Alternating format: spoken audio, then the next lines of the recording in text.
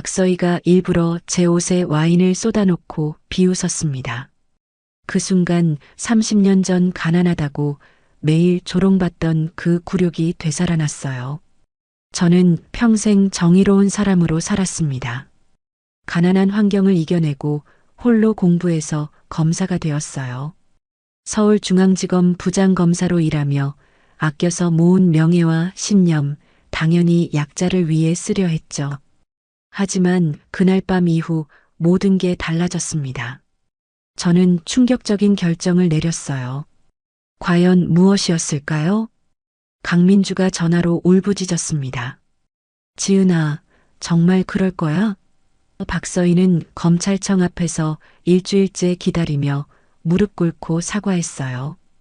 동창이라는 이름으로 숨기려는 치열한 심리전, 그리고 예상 못한 반전 결말까지. 대체 제가 어떤 선택을 했길래 한때 저를 괴롭혔던 그들이 이렇게 무릎을 꿇었을까요? 그리고 그들이 진짜로 한 말은 무엇이었을까요? 그날로 돌아가서 이야기해 보겠습니다. 이야기를 시작하기 전 영상 아래에 구독과 좋아요 눌러주세요. 여러분의 작은 응원이 저에게 큰 힘이 됩니다. 겨울 아침, 하얀 입김이 모락모락 피어오르는 교실 앞 복도에서 나는 잠시 멈춰 섰습니다. 발끝에 시선이 머물렀습니다. 밑창이 다 닳아 구멍이 난 운동화. 언제부터였는지 기억도 나지 않을 만큼 오래 신었지만 새 신을 살 여유는 없었습니다. 그저 오늘도 버티는 수밖에 없었죠.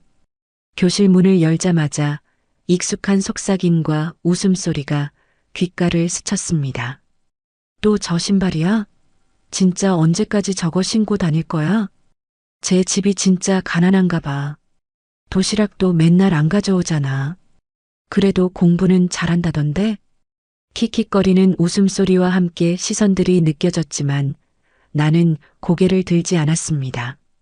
그냥 조용히 제자리로 걸어가서 앉았죠. 가방에서 낡은 교과서를 꺼내며 마음속으로 다짐했습니다. 언젠가는 꼭 이 모든 걸 벗어나겠어. 공부해서 성공하겠어. 점심시간이 되면 아이들은 모두 각자 도시락을 펼쳐놓고 즐거운 시간을 보냈습니다. 하지만 나는 늘 혼자 복도 끝 계단에 앉아서 책을 읽었어요.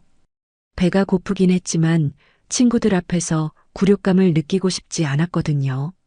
그때 강민주와 박서희가 다가왔습니다. 야, 지은아. 너 도시락 안 먹어?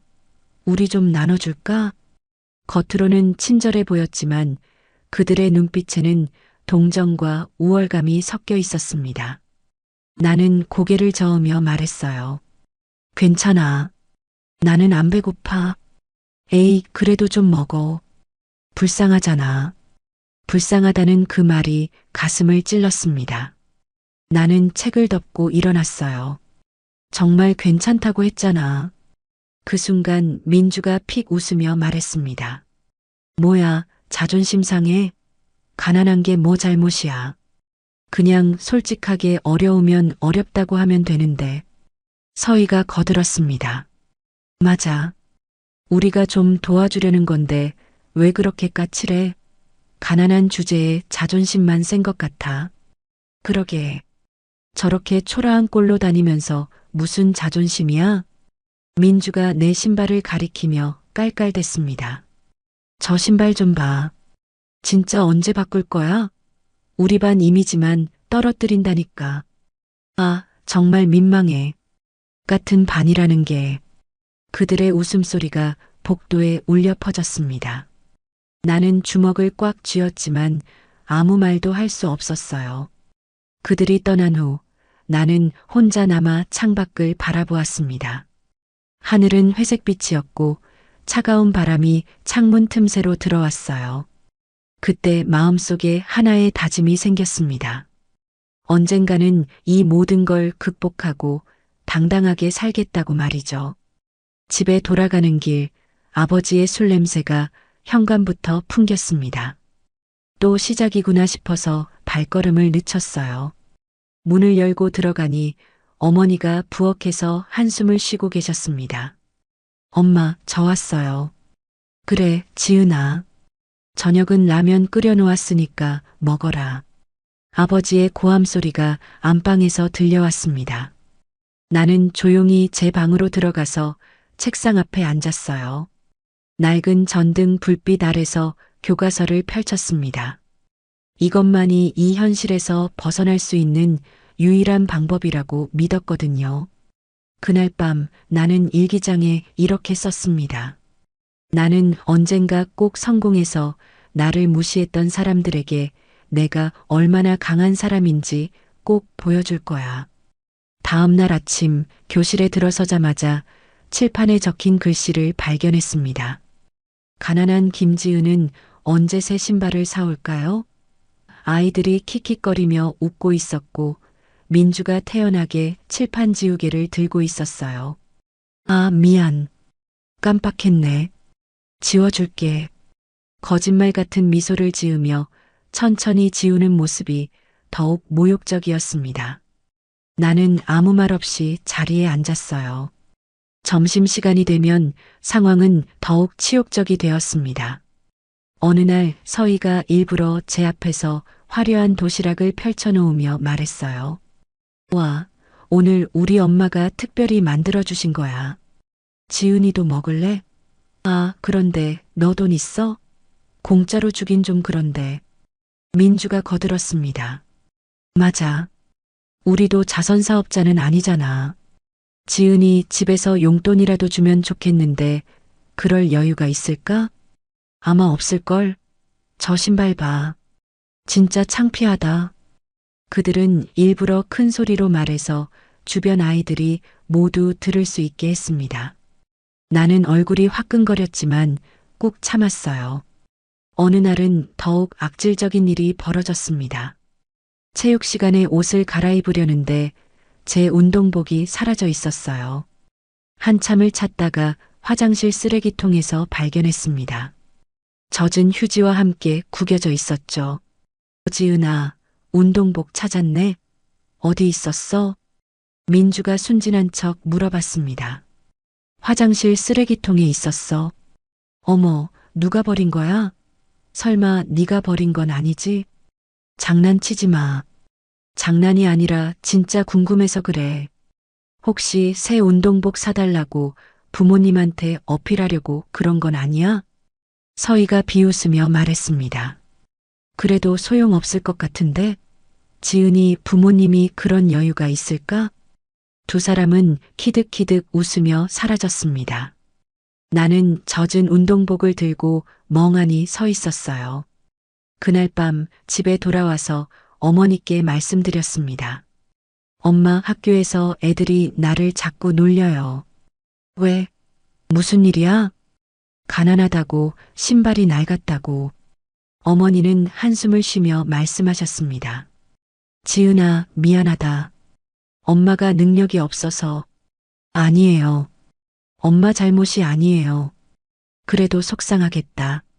조금만 참아라. 엄마가 더 열심히 일해서 새 신발 사줄게. 하지만 나는 알고 있었습니다. 어머니가 아무리 노력해도 당장 상황이 나아지지는 않을 거라는 걸 말이에요. 그 후로 나는 더욱 독서실에 틀어박혔습니다.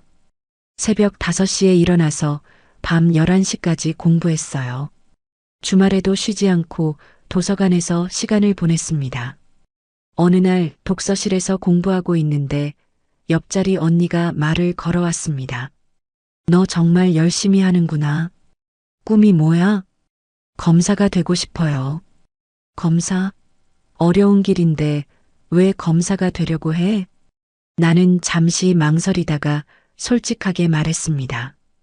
정의를 실현하고 싶어서요. 그리고 강한 사람이 되고 싶어서요. 강한 사람? 네. 누구도 무시할 수 없는 당당한 사람이 되고 싶어요. 언니는 고개를 끄덕이며 말했습니다. 그래, 좋은 목표네. 그런데 검사가 되려면 정말 많이 공부해야 해. 포기하지 않고 끝까지 해낼 수 있겠어? 네. 절대 포기하지 않을 거예요. 그날 밤 나는 다시 일기장에 썼습니다. 강민주와 박서희, 너희들이 나를 얼마나 무시하든 상관없어. 나는 절대 굴복하지 않을 거야. 언젠가 너희들 앞에 당당하게 서는 날이 올 거야. 그때까지 기다려. 하지만 그들의 괴롭힘은 계속되었습니다. 어느 날은 제 책상 위에 쪽지가 놓여 있었어요. 가난한 새끼는 학교에 오지 마라. 우리 반 수준을 떨어뜨린다. 그 쪽지를 본 순간 내 안에서 뭔가가 끓어올랐습니다. 분노였을까요? 아니면 더 깊은 상처였을까요? 나는 그 쪽지를 구겨서 가방에 넣었습니다. 언젠가 이 모든 걸 되돌려줄 거라고 다짐하면서 말이에요. 그로부터 20년이 흘렀습니다. 나는 정말로 검사가 되었어요. 서울대학교 법학과를 나와 사법시험에 합격하고 지금은 서울중앙지검에서 일하고 있습니다. 그 험난한 여정은 결코 쉽지 않았지만 포기하지 않았습니다. 서울중앙지검 경제범죄조사부 부장검사 김지은. 그게 지금의 제 직책입니다. 30년 전 그 가난했던 소녀가 이제는 대한민국에서 가장 권위 있는 자리 중 하나에 앉아 있어요. 매일 아침 정장을 차려입고 검찰청 건물에 들어설 때마다 과거에 그 낡은 운동화를 신었던 제 자신이 믿어지지 않을 때가 있습니다. 그날도 평범한 월요일 아침이었어요. 커피 한 잔을 마시며 오늘 처리해야 할 사건들을 검토하고 있었는데 부하 검사가 새로운 사건 파일을 가져왔습니다. 부장님, 새로 배당된 사건입니다. 건설업체 관련 횡령 및 불법 하도급 비리 사건이에요. 어느 회사인데? 대성건설이라는 회사입니다. 규모가 꽤 큰 편이고 하청업체들과의 거래에서 문제가 발생한 것 같습니다. 나는 파일을 받아들고 첫 번째 페이지를 넘겼습니다. 그런데 거기서 눈에 익은 이름을 발견했어요. 대표이사 강민주, 부사장 박서희. 잠시 숨이 멎는 것 같았습니다. 부장님? 괜찮으세요? 아, 네. 괜찮습니다. 사건 개요 좀 더 자세히 설명해 주세요. 대성건설이 지난 3년간 정부 발주 공사를 수주하면서 페이퍼 컴퍼니를 이용해 하도급을 주고 그 과정에서 수십억 원을 횡령한 혐의입니다. 특히 하청업체 직원들의 임금을 체불하고 안전장비비까지 빼돌린 정황이 있어요. 파일을 읽어가면서 점점 분노가 치밀어 올랐습니다. 이들은 여전히 약자를 괴롭히고 있었어요. 30년 전에는 가난한 동급생을, 지금은 힘없는 하청업체 직원들을 말이죠. 피해 규모는 어느 정도인가요? 하청업체 체불임금만 해도 15억 원이 넘고 횡령 금액은 30억 원 정도로 추정됩니다. 피해자가 100여 명에 달해요. 100여 명의 서민들이 이들 때문에 고통받고 있다는 사실이 마음을 짓눌렀습니다. 어쩌면 그 중에는 과거의 나처럼 가난 때문에 힘들어하는 사람들도 있을 거예요. 그날 저녁 집에 돌아와서도 그 사건이 머릿속을 떠나지 않았습니다. 강민주와 박서희. 그들이 여전히 그런 식으로 살고 있다는 게 놀랍기도 하고 화나기도 했어요. 거울을 보며 중얼거렸습니다. 이제는 내가 물어볼 차례야. 다음 날부터 본격적으로 사건에 몰두했습니다. 우선 대성건설의 회사 연역부터 차근차근 살펴봤어요. 강민주가 아버지 회사를 물려받아 운영하기 시작한 것이 10년 전이었고 박서희는 친구 관계로 부사장에 올랐더군요. 처음에는 작은 건설업체였는데 몇 년 사이에 급성장했습니다. 하지만 그 성장 과정이 수상했어요. 정부 발주 공사를 따내는 과정에서 의심스러운 부분들이 많았거든요. 부하 직원에게 지시했습니다. 대성건설 관련 자료를 모두 수집해 주세요.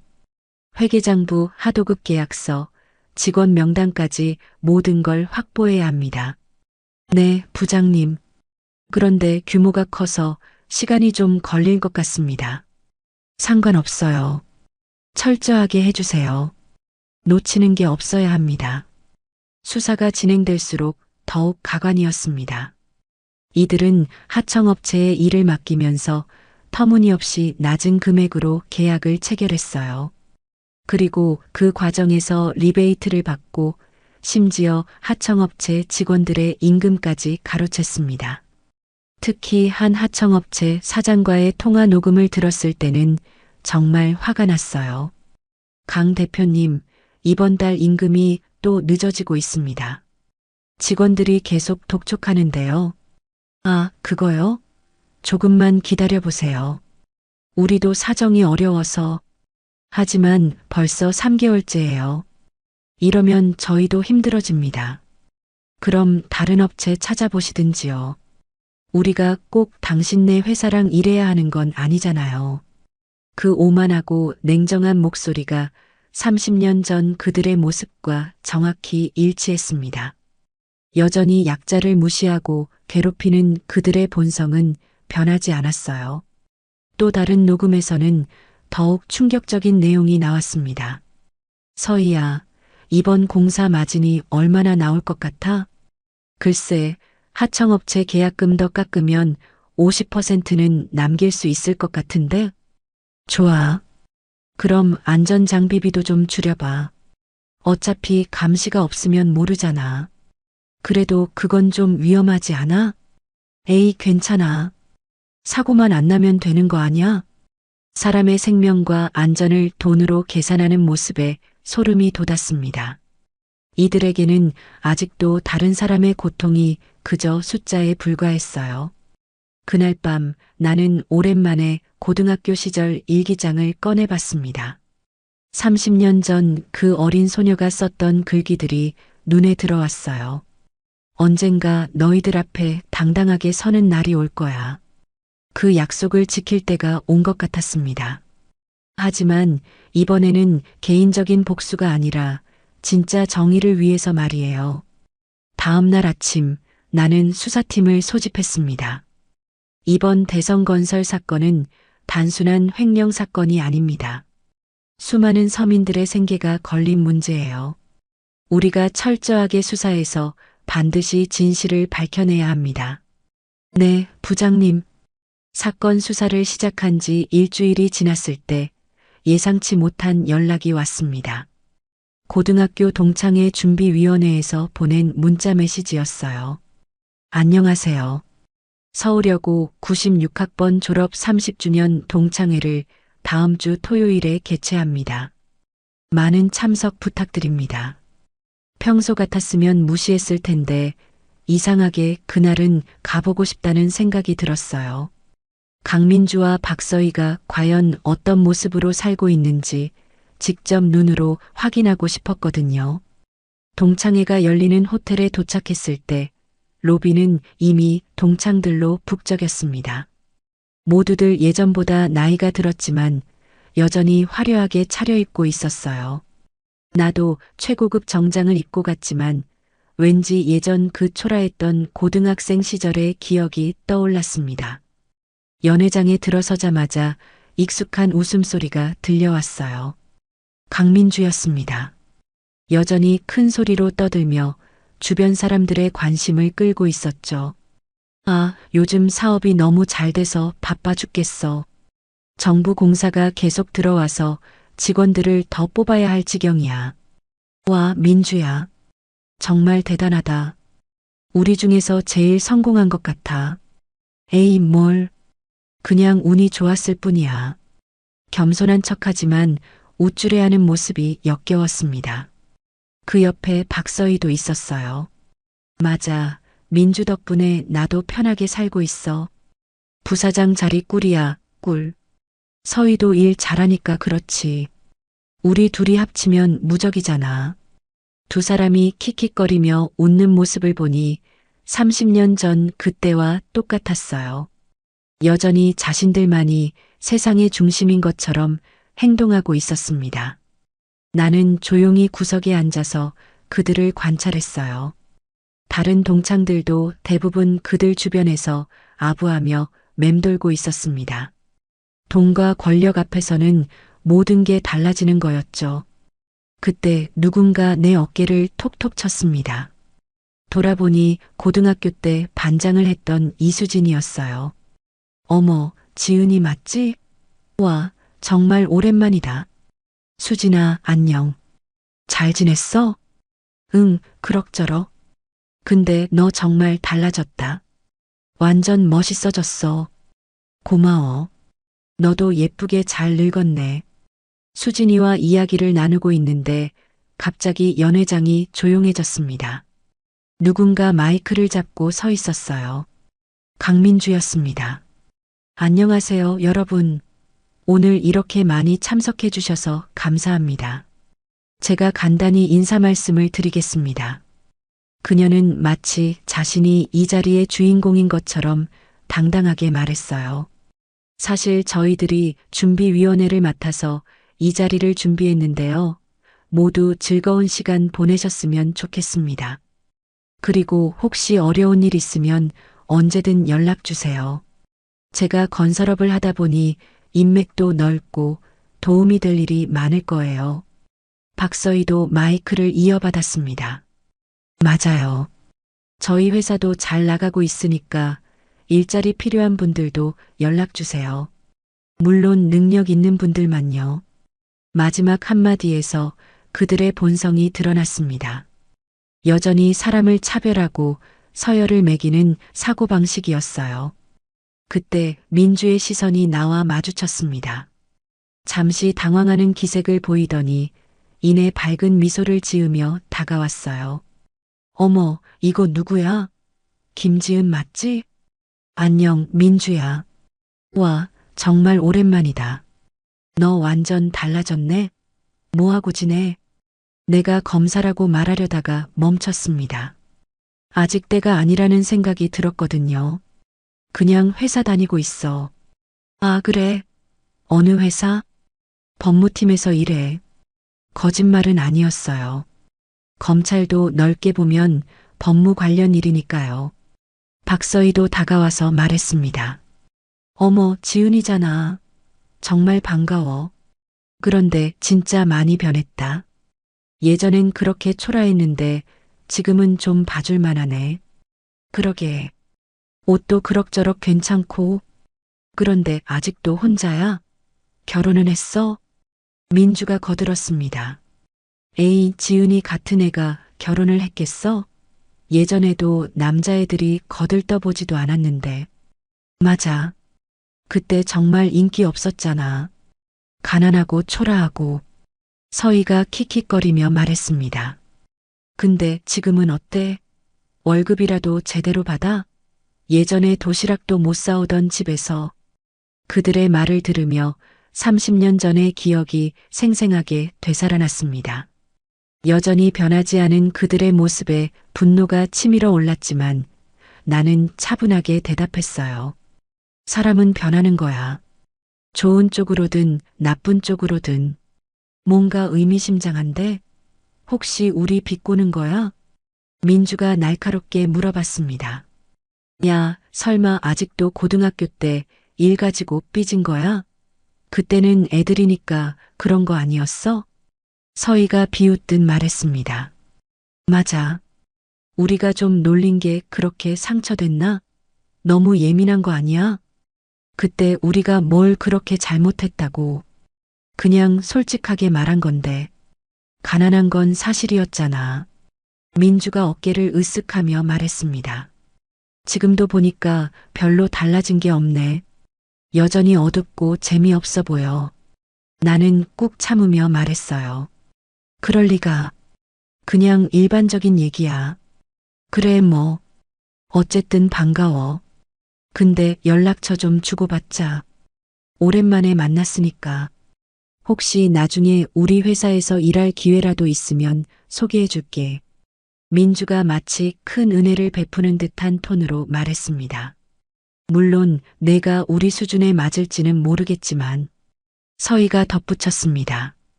그때 박서희가 와인 잔을 들고 다가왔습니다. 아, 지은아. 정말 오랜만이야. 축하하는 의미로 건배할까?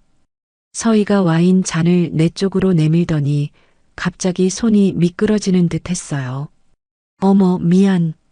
붉은 와인이 내 하얀 블라우스에 그대로 쏟아졌습니다. 값비싼 정장이 순식간에 엉망이 되었어요. 아이고, 정말 미안해. 손이 미끄러졌나 봐. 서희는 미안하다고 했지만 그 눈빛에는 뭔가 다른 감정이 있었어요. 민주도 옆에서 킥킥거리며 말했습니다. 어머, 큰일 났네. 그런데 지은아, 너 여벌 옷 가져왔어? 아니면 집에 가서 갈아입고 와야겠다. 아니면 우리가 호텔샵에서 뭔가 사줄까? 물론 너무 비싸지 않은 걸로. 서희가 가짜 걱정하는 목소리로 말했습니다. 진짜 미안해. 근데 어쩌지? 이 상태로는 다른 사람들이 다 쳐다볼 텐데. 주변 사람들이 하나둘 쳐다보기 시작했어요. 30년 전 그때처럼 모든 시선이 나에게 집중되고 있었습니다. 하지만 이번에는 달랐어요. 나는 더 이상 그 무력했던 소녀가 아니었거든요. 괜찮아. 별일 아니야. 나는 차분하게 휴지로 옷을 닦으며 말했습니다. 그들이 원하는 당황하고 위축된 모습을 보여주고 싶지 않았거든요. 그래도 미안해. 정말 실수였어. 서희가 다시 한번 변명했지만 민주와 주고받는 눈빛을 보니 계획된 일이라는 확신이 들었어요. 정말 괜찮다고. 이런 일도 있는 거지. 그때 나는 명함을 건넸습니다. 서울중앙지검이라는 글자를 보는 순간 두 사람의 표정이 급변했어요. 이거 검찰청 명함인데? 응, 내가 검사야. 검사? 진짜? 민주의 목소리가 떨렸습니다. 박서희도 얼굴이 하얗게 변했어요. 방금 전까지 나를 무시하던 그 오만한 표정이 순식간에 사라졌습니다. 언제부터? 꽤 오래됐어. 10년 넘게. 아, 그렇구나. 대단하다. 갑자기 어색해진 민주가 말을 더듬었습니다. 우리가 방금 말한 건 그냥 농담이었어. 너도 알잖아. 우리 사이니까. 서희도 황급히 변명했습니다. 맞아. 그냥 옛날 생각나서 장난친 거야. 진짜로 그런 뜻은 아니었어. 겉으로는 축하한다고 했지만 그들의 눈에는 불안감이 가득했습니다. 무언가 찔리는 게 있나 보더군요. 그런데 지은아, 너 혹시 우리 회사 아니? 대성건설? 민주가 조심스럽게 물어봤습니다. 왜? 아니야, 그냥. 요즘 건설업계가 좀 시끄럽다고 해서. 아, 그래? 나는 잘 모르겠는데. 거짓말이었습니다. 나는 이미 그들의 모든 것을 알고 있었거든요. 그럼 우리 한번 식사라도 하자. 옛날 얘기도 하고. 좋아. 연락할게.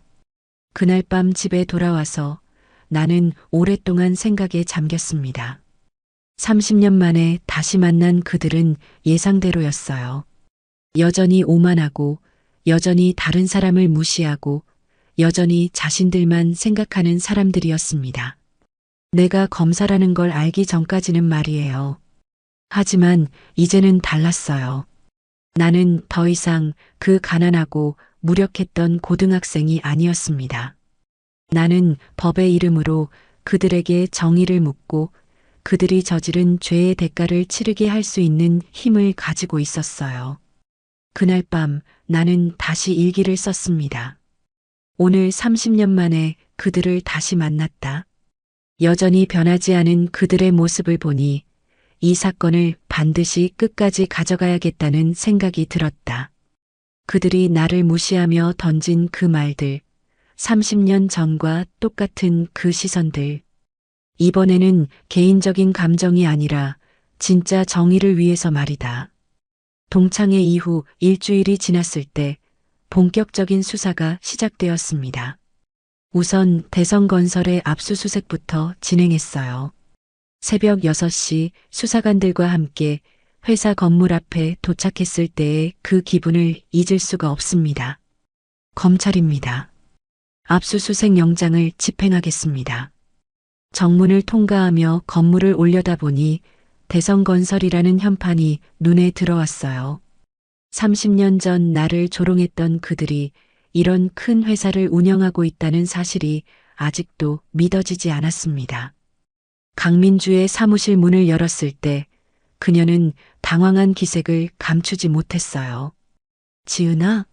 아니, 김지은 검사님? 이게 무슨 일이에요? 압수수색 영장 집행입니다. 협조 부탁드려요. 나는 차갑게 답했습니다. 횡령 및 불법 하도급 혐의로 수사 중입니다. 관련 자료를 모두 제출해 주세요. 그 순간 민주의 얼굴이 하얗게 변했어요. 박서희도 마찬가지였습니다. 30년 전 나를 무시했던 그들이 이제는 내 앞에서 떨고 있는 모습이 감개무량했어요. 지은아, 우리 모르는 사이도 아니고 학교 동창인데 이렇게 하는 게 맞니? 개인적인 관계와 수사는 별개입니다. 법 앞에서는 모두가 평등해요. 수사관들이 서류를 수거하는 동안 나는 민주와 서희의 표정을 지켜봤습니다. 예전처럼 당당하지 못하고 계속 서로 눈빛을 주고받으며 불안해하고 있었어요. 검사님, 이거 좀 보세요. 한 수사관이 금고에서 발견한 서류 뭉치를 가져왔습니다. 그 안에는 충격적인 내용들이 가득했어요. 페이퍼 컴퍼니를 통한 자금 세탁, 하청업체와의 불법 계약서, 그리고 정부 관계자들과 주고받은 것으로 보이는 뇌물 리스트까지. 이건 뭐죠? 민주에게 물었지만 그녀는 아무 말도 하지 못했습니다. 변호사와 상의한 후에 답변하겠습니다. 그러세요. 하지만 증거는 이미 확보했으니까 변명은 소용없을 거예요. 압수수색을 마치고 돌아오는 길에 부하 검사가 말했습니다. 부장님, 생각보다 증거가 많이 나왔네요. 이 정도면 기소하기에 충분할 것 같습니다. 아직 시작일 뿐이에요. 더 파봐야 합니다. 그날 오후 피해자들을 직접 만나보기로 했습니다. 하청업체 직원들과 면담을 진행하면서 나는 그들의 이야기에 마음이 아팠어요. 검사님, 저희는 정말 억울해요. 3개월째 월급을 못 받고 있는데 회사에서는 계속 기다리라고만 하거든요. 50대 남성이 눈물을 글썽이며 말했습니다. 아내가 병원비가 필요한데 돈이 없어서 치료를 미루고 있어요. 제발 도와주세요. 꼭 도와드릴게요. 끝까지 싸우겠습니다. 또 다른 피해자는 20대 청년이었어요. 저는 이제 막 사회에 나왔는데 첫 직장에서 이런 일을 당하니까 정말 절망스러워요. 부모님께 용돈이라도 드리려고 했는데 그의 모습에서 30년 전에 제 자신이 보였습니다. 가난 때문에 힘들어하고 당당하게 살고 싶어하는 그 간절한 말이에요. 걱정하지 마세요. 반드시 임금을 받을 수 있도록 하겠습니다. 피해자들과의 면담을 마치고 나니 더욱 확신이 들었습니다. 이 사건은 단순한 경제범죄가 아니라 약자를 괴롭히는 권력의 횡포였어요. 그날 저녁 언론에 첫 번째 보도가 나갔습니다. 대성건설 횡령 의혹, 검찰 수사 착수, 하청업체 임금 체불 피해 확산, 정부 대책 마련 시급. 뉴스를 보던 중 민주에게서 전화가 왔습니다. 지은아, 아니 김 검사님.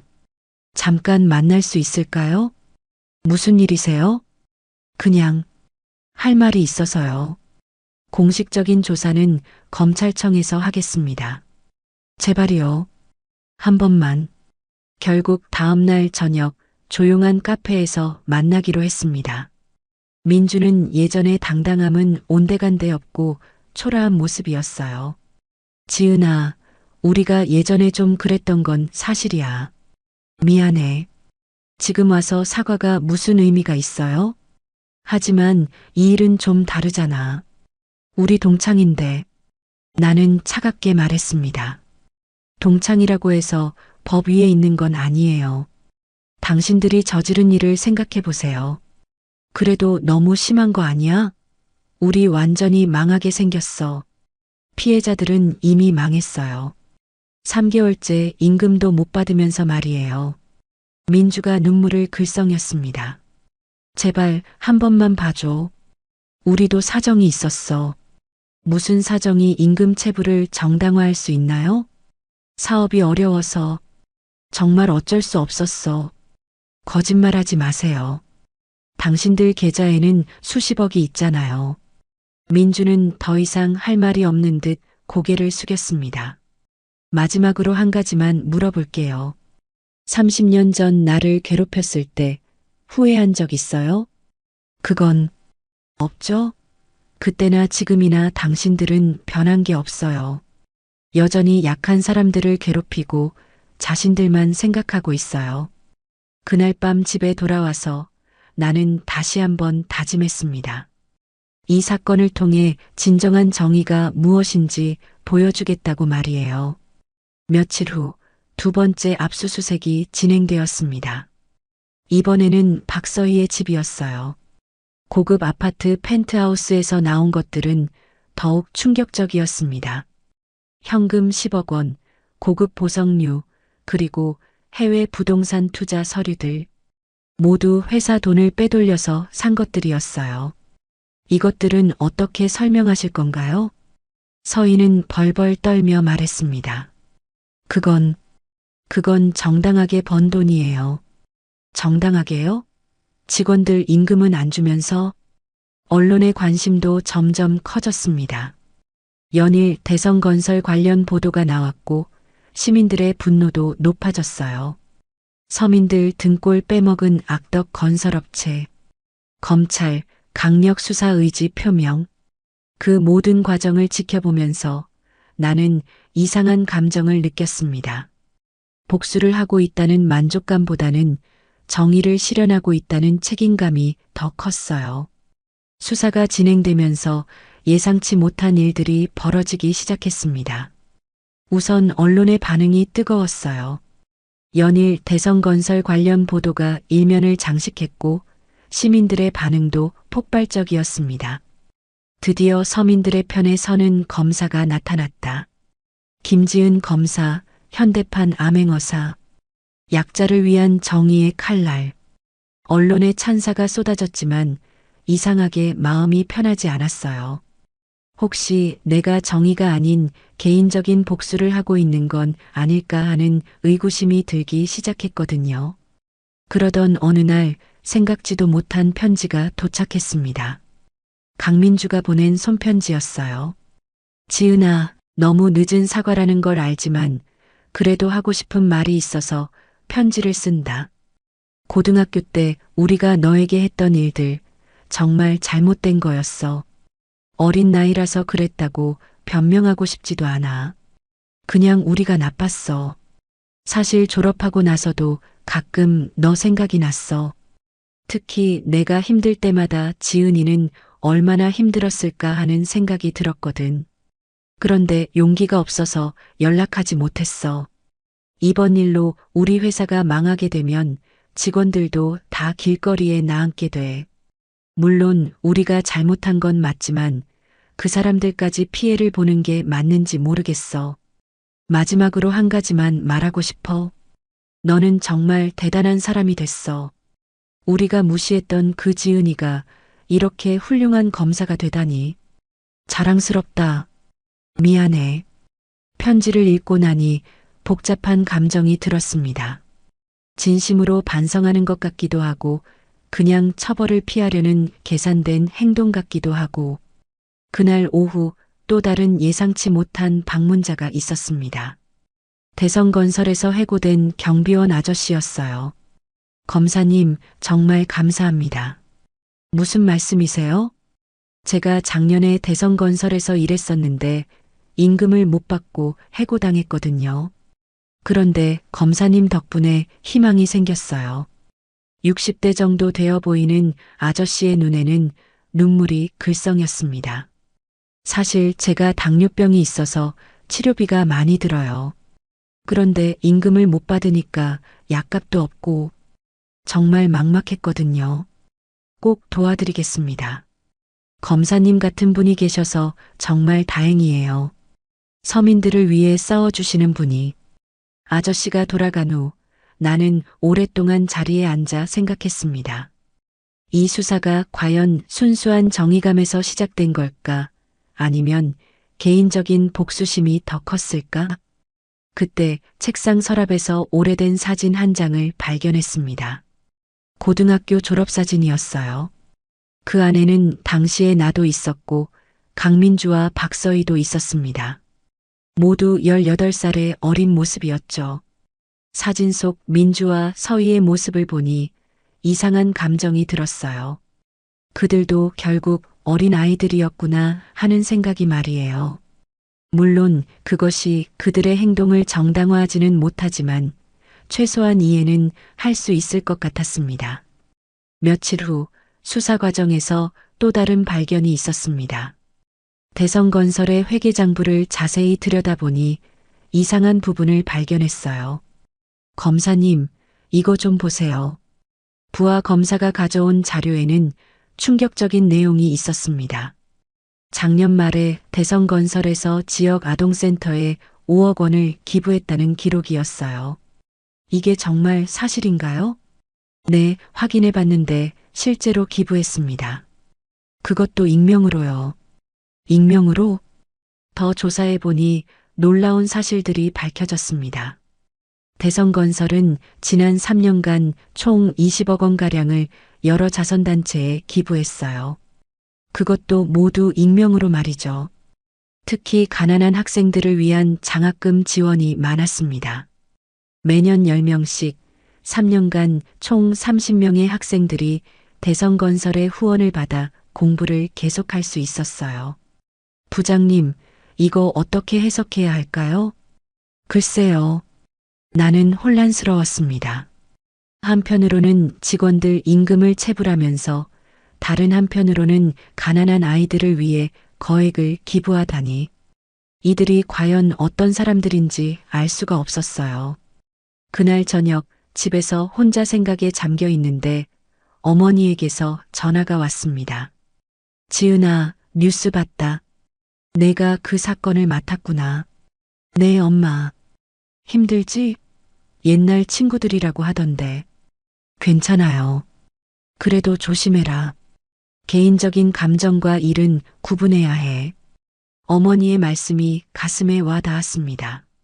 정말 나는 개인적인 감정과 일을 구분하고 있는 걸까요? 그날 밤 나는 또 다른 충격적인 소식을 들었습니다. 박서희가 급성 췌장염으로 병원에 입원했다는 거였어요. 스트레스 때문이라고 했습니다.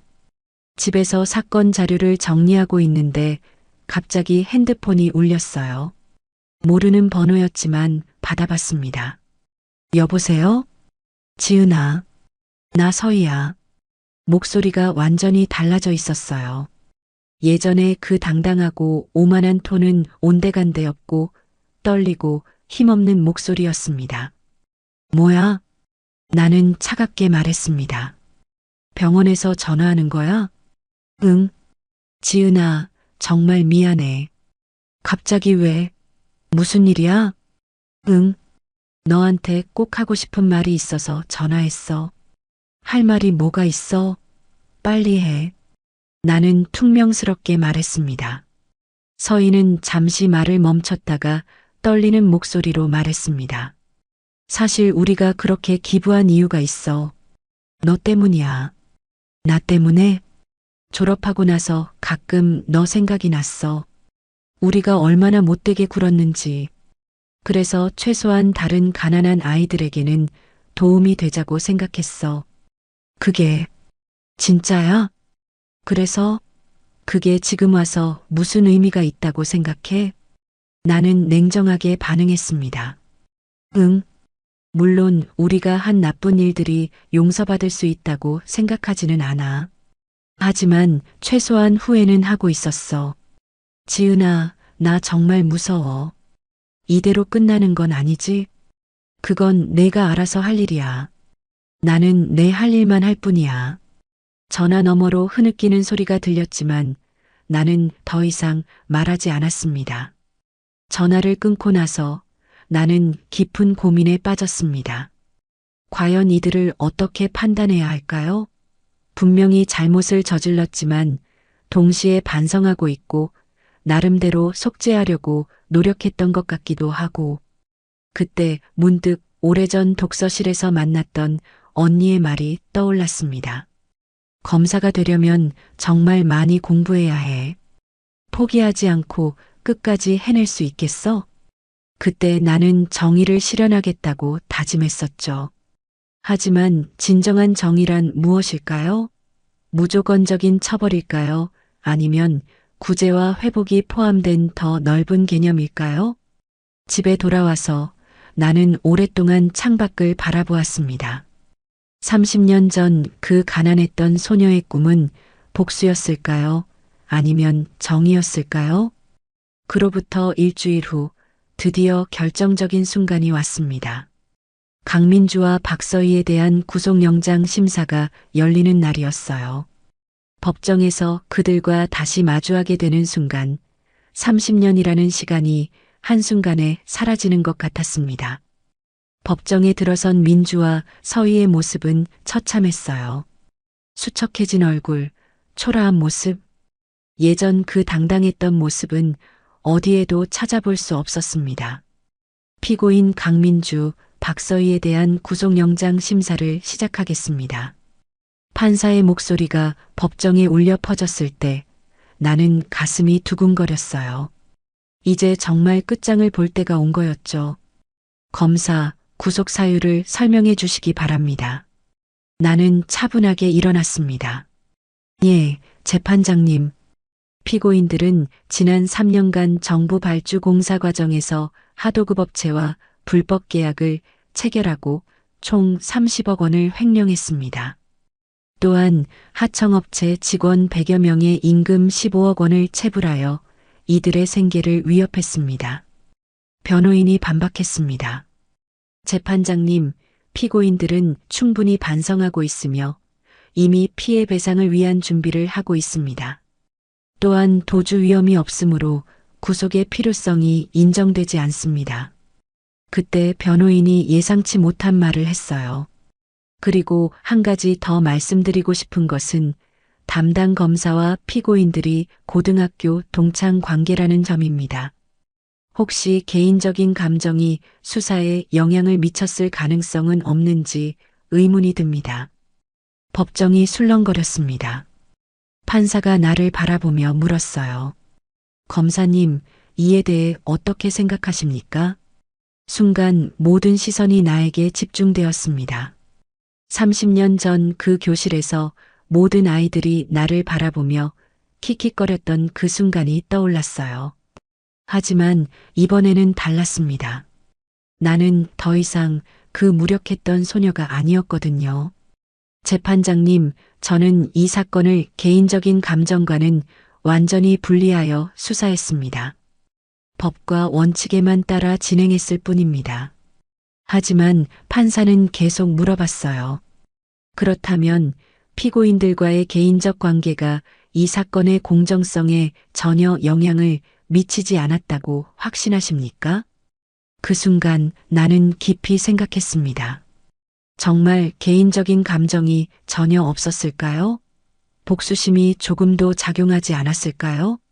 하지만 지난 몇 주간 만났던 피해자들의 얼굴이 떠올랐어요.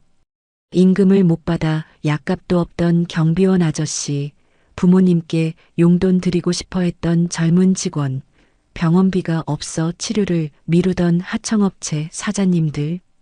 나는 분명하고 단호하게 대답했습니다. 재판장님, 정의는 개인적 감정을 넘어서는 것입니다. 저는 단지 법이 명하는 바를 따랐을 뿐입니다. 피고인들이 저의 동창이라는 사실이 그들의 죄를 가볍게 만들지는 않습니다. 잠시 침묵이 흘렀습니다. 그때 민주가 갑자기 일어서서 말했어요. 재판장님, 한 말씀만 드려도 될까요? 피고인 말해보시기 바랍니다. 김지은 검사님이 저희를 수사한 것은 당연한 일입니다. 저희가 잘못했으니까요. 개인적인 관계 때문에 봐달라고 할 생각도 없습니다. 민주의 눈에 눈물이 고였어요. 다만 한 가지만 말씀드리고 싶은 건 김 검사님은 정말 훌륭한 분이라는 것입니다. 저희가 고등학교 때 얼마나 못되게 굴었는지 모르겠지만 그분은 원망하기보다는 정의를 선택하셨어요. 서희도 고개를 끄덕이며 말했습니다. 저희는 벌을 받아 마땅합니다. 하지만 김 검사님만은 의심하지 마세요. 가장 공정하고 정의로운 분이니까요. 그들의 말을 들으니 복잡한 감정이 들었습니다. 30년 전 나를 괴롭혔던 그들이 지금은 나를 변호하고 있다니. 판사가 최종 판단을 내렸습니다. 검찰의 구속영장 청구를 받아들입니다. 피고인들은 증거인멸과 도주의 우려가 있으므로 구속하겠습니다.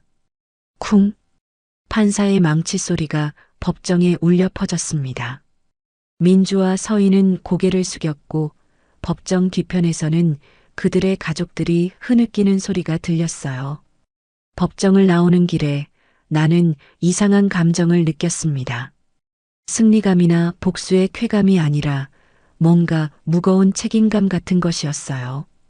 그날 저녁 사무실에 혼자 남아 있는데 한 통의 전화가 걸려왔습니다.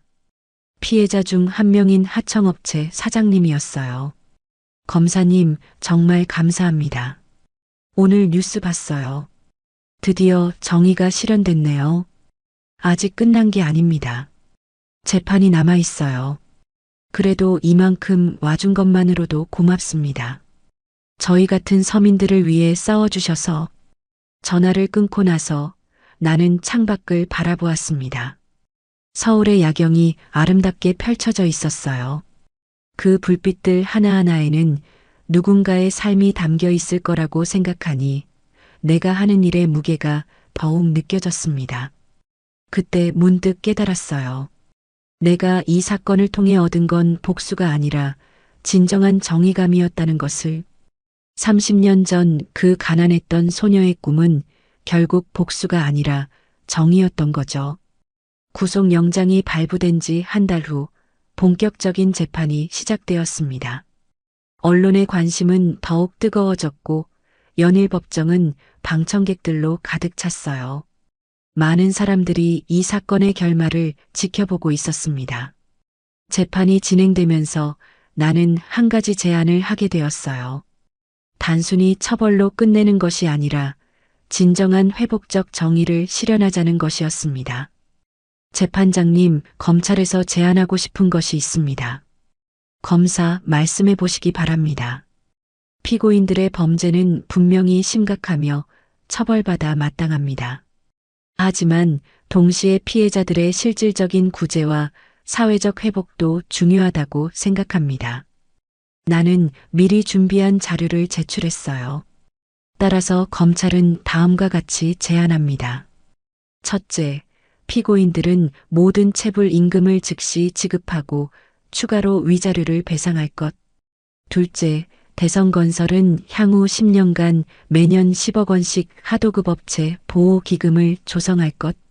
셋째, 가난한 학생들을 위한 장학재단을 설립하여 연간 50명에게 장학금을 지급할 것. 법정이 웅성거렸습니다.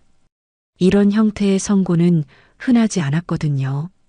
그리고 마지막으로 피고인들은 3년간 사회봉사 명령을 이행하되 특히 가난한 아이들을 위한 교육봉사에 참여할 것을 제안합니다. 판사가 물었습니다. 검사는 왜 이런 제안을 하는 겁니까? 나는 깊이 생각한 후 대답했습니다. 재판장님, 진정한 정의는 단순한 처벌을 넘어 사회의 회복과 치유를 포함한다고 생각합니다. 피고인들이 저지른 죄는 용서받을 수 없지만 그들이 진정으로 반성하고 사회에 기여할 기회를 주는 것도 정의의 한 형태라고 봅니다. 민주와 서희는 놀란 표정으로 나를 바라봤어요. 아마 이런 제안을 예상하지 못했을 거예요. 변호인이 말했습니다. 재판장님, 피고인들은 검찰의 제안을 받아들이겠다고 합니다. 피고인들 본인의 의사는 어떻습니까? 민주가 일어서서 말했습니다. 재판장님, 감사하게 받아들이겠습니다. 그리고 김지은 검사님께 진심으로 감사드립니다. 서희도 고개를 끄덕였어요. 저희가 정말 잘못했습니다. 이제라도 제대로 속죄할 기회를 주셔서 고맙습니다. 판사는 신중하게 판단한 후 선고했습니다. 피고인 강민주에게 징역 3년에 집행유예 5년, 피고인 박서희에게 징역 2년에 집행유예 4년을 선고합니다. 단 검찰이 제안한 사회적 보상 조건들을 모두 이행할 것을 명령합니다. 쿵! 망치 소리와 함께 재판이 끝났습니다. 법정을 나오는 길에 많은 기자들이 몰려들었어요. 검사님, 왜 이런 파격적인 제안을 하셨나요? 혹시 개인적인 관계 때문인가요? 나는 차분하게 대답했습니다. 진정한 정의는 처벌만이 아닙니다.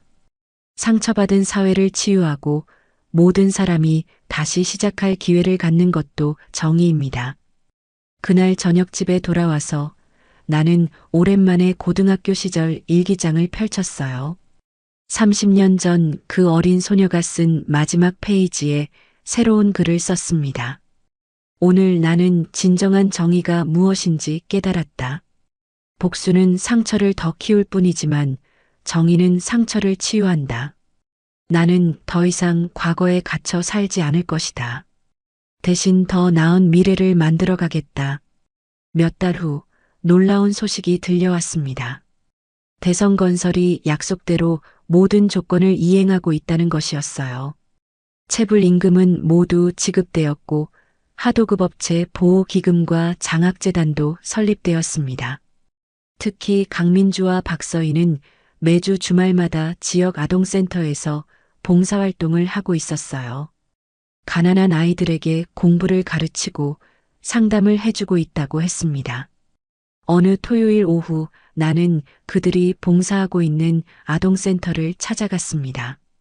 멀리서 지켜보니 민주가 한 아이에게 수학을 가르쳐 주고 있었어요. 선생님, 이 문제 너무 어려워요. 괜찮아. 천천히 해보자. 포기하지 마. 민주의 목소리에는 진심이 담겨 있었습니다. 서희도 다른 아이들과 함께 책을 읽고 있었고요. 그 모습을 보니 마음이 따뜻해졌어요. 30년 전 나를 괴롭혔던 그들이 이제는 나와 같은 처지의 아이들을 도와주고 있다니. 센터를 나오는 길에 민주와 서희와 마주쳤습니다. 지은아, 봉사 잘하고 있네. 고마워. 내 덕분에 우리가 진짜 의미 있는 일을 할 수 있게 됐어. 서희가 말했습니다. 사실 처음에는 억지로 하는 거라고 생각했는데 지금은 정말 보람을 느껴. 이 아이들을 보면 예전 너 생각이 나. 그래. 응. 우리가 얼마나 못된 짓을 했는지 새삼 깨닫게 돼. 정말 미안해. 민주도 고개를 끄덕였어요.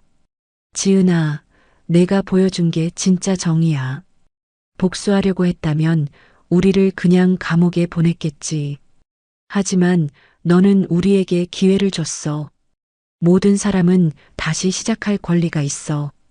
그날 저녁 나는 모교인 서울여고를 찾아갔습니다. 30년 전 그 복도를 걸으며 많은 생각이 들었어요. 복도 끝에서 한 학생을 발견했습니다. 낡은 운동화를 신고 혼자 앉아서 책을 읽고 있는 아이였어요. 마치 30년 전의 제 모습 같았습니다. 나는 조용히 다가가서 말했어요. 공부하느라 힘들지? 아이가 고개를 들었습니다. 아, 네. 괜찮아요. 꿈이 뭐야? 판사가 되고 싶어요. 정의로운 사람이 되고 싶거든요. 나는 미소를 지으며 자리에서 일어났습니다. 그리고 신발장에서 내 구두를 벗어 그 아이 옆에 놓아두었어요. 메모지에 이렇게 썼습니다. 꿈을 포기하지 마세요. 언젠가 당신도 정의를 실현할 수 있을 거예요. 학교를 나오며 마지막으로 중얼거렸습니다. 복수는 사라졌지만 정의는 남았다. 그렇게 30년간 이어져 온 이야기는 끝이 났습니다. 하지만 진정한 정의는 계속될 거예요. 나처럼 그리고 그 아이처럼 정의를 꿈꾸는 모든 사람들을 통해서 말이죠. 여러분, 오늘 이야기 어떠셨나요? 앞으로도 진짜 인생 이야기, 지난 감동의 순간들을 전해드릴 환갑 오디오가 함께하겠습니다. 영상이 마음에 드셨다면 구독과 좋아요 버튼을 꼭 눌러주세요. 알림 설정까지 해두시면 더 많은 삶의 이야기와 지혜를 가장 먼저 받아보실 수 있습니다. 따뜻한 마음으로 10년은 더 젊게, 20년은 더 행복하게 사는 그날까지 환갑 오디오였습니다. 감사합니다.